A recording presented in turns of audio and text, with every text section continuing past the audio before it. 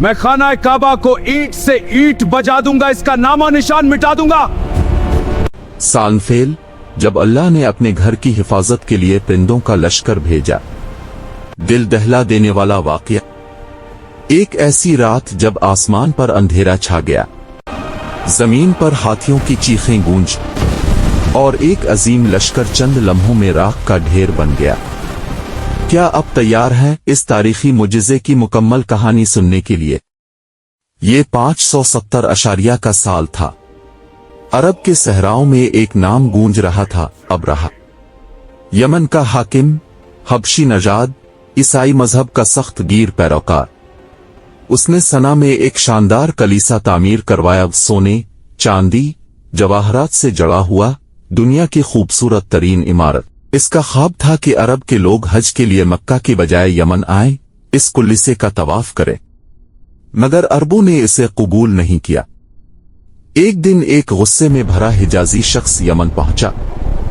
रात के अंधेरे में इस कुल्लिसे में दाखिल हुआ और उसकी बेहुरमती करके वापस लौट आया। अबरहा का गुस्सा देखने वाला था। इसकी आंखों में आग भड़क उठी। उसने कसम खाई, मैं खाना काबा को ईंट से ईंट बजा दूंगा, इसका नामो निशान मिटा दूंगा। उसने एक अजीम अलशान फौज तैयार की। 60,000 सिपाही, सैकड़ों जंगी हाथी। सबसे बड़ा हाथी जिसका नाम महमूद था, एक पहाड़ जैसा जानवर जिसकी चीख से जमीन कांप उठती थी। फौज मक्का की तरफ बढ़ी। रास्ते में कबाइल मुजाहमत करते, मगर अबरहा की ताकत के सामने सब हार मानते। मक्का के करीब पहुंचकर उसके सिपाहियों ने कुरैश के मवेशी लूट लिए, जिनमें अब्दुल मुत्तलिब के 400 ऊंट भी शामिल थे। अब्दुल मुत्तलिब रसूल अल्लाह के दादा, कुरैश के सरदार। उन्होंने अबरहा के खेमे में कदम रखा। अबरहा ने देखा तो हैरान रह गया। एक बुलंद कामत, नूरानी चेहरे वाला शख्स। वो तख्त से उतरा, अब्दुल मुत्तलिब को अपने बराबर बिठाया। क्या चाहते हो सरदार कुरैश? अब्दुल मुत्तलिब ने जवाब दिया, मेरे ऊंट वापस कर दो। अबरहा हंस पड़ा। मैं समझा था तुम बहादुर हो, तुम काबा बात नहीं कर रहे, सिर्फ ऊंटों। मैं समझा था तुम बहादुर हो, तुम कबा की बात नहीं कर रहे, सिर्फ ऊंटों की। अब्दुल मुत्तलिब ने ठंडे लहजे में कहा, ऊंट मेरा, काबा वो अल्लाह का घर है, इसका मालिक खुद इसकी हिफाजत करे, मुझे इसकी फिक्र नहीं। ऊंट मेरा माल है, इसलिए मैं मांग रहा हूँ। रहा कबा, वो अल्लाह का घर है, उसका मालिक खुद इसकी हिफाजत करेगा, मुझे उसकी फिक्र नहीं। अबरहा ने ऊंट वापस कर दिए।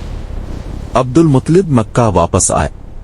उन्होंने कुरैश को हुक्म दिया, अपने बाल बच्चों समेत पहाड़ों पर छप जाओ, ये लश्कर तुम्हारे बस का नहीं। खुद चंद साथियों के हमरा कबा पहुंचे। दरवाजे का हल्का पकड़ा, आंखों में आंसू, दिल में यकीन, और दुआ मांगी, ए अल्लाह, तेरे सवा कोई तेरा घर नहीं बचा सकता, तो खुद उसकी हिफाजत फरमा, ये तेरे खादमों को जलील न होने दे।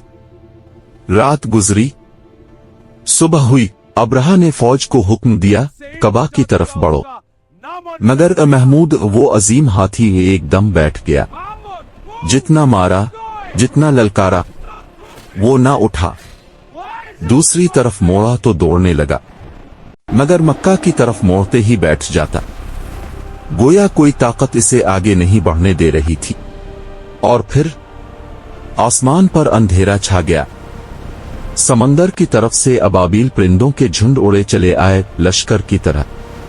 हर परिंदे की चोंच और पंजों में 3-3 कंकरियां, सजील की कंकरियां जो मिट्टी से बनी थीं। वो कंकरियां बरसुनी शुरू हुई, जिस पर भी गिरती वो इंसान का जिस्म छलनी कर देती।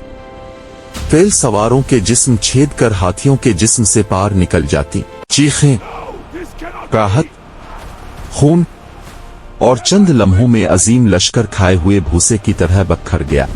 अबरहा जख्मी हालत में यमन वापस लौटा, मगर रास्ते में इसका जिस्म गलने लगा, दिल फट गया और वो मर गया। ये था साल फेल, आम अलफेल। इसी साल चंद हफ्तों बाद मक्का में एक नूरानी बच्चा पैदा हुआ, हजरत मोहम्मद मुस्तफ़ा। अल्लाह ने अपने घर की हिफाजत की और अपने महबूब नबी की आमद की बशारत दी। ألم تر كيف فعل ربك بأصحاب الفيل ألم يجعل كيدهم في تضليل क्या तुमने नहीं देखा कि तुम्हारे रब ने हाथी वालों के साथ किया? क्या इसने उनकी चाल को तबाह न कर दिया और उन पर अबाबील परिंदों के झुंड भेजे जो उन पर सजील की कंकरियां फेंकते थे तो उन्हें खाए हुए भूसे की तरह कर दिया। ये वाकया आज भी हमें बताता है जब अल्लाह का घर खतरे में हो तो अल्लाह खुद इसकी हिफाजत करता है, चाहे दुश्मन कितना ही ताकतवर हो, चंद परिंदों से भी उसे नीस्त व नाबूद कर सकता है। क्या ये मौजिज़ा आपके दिल को छू गया? ये सिर्फ तारीख नहीं, ये ईमान की ताकत की जिंदा मिसाल है। अल्लाह हमें भी इसी यकीन की दौलत अता फरमाए। आमीन।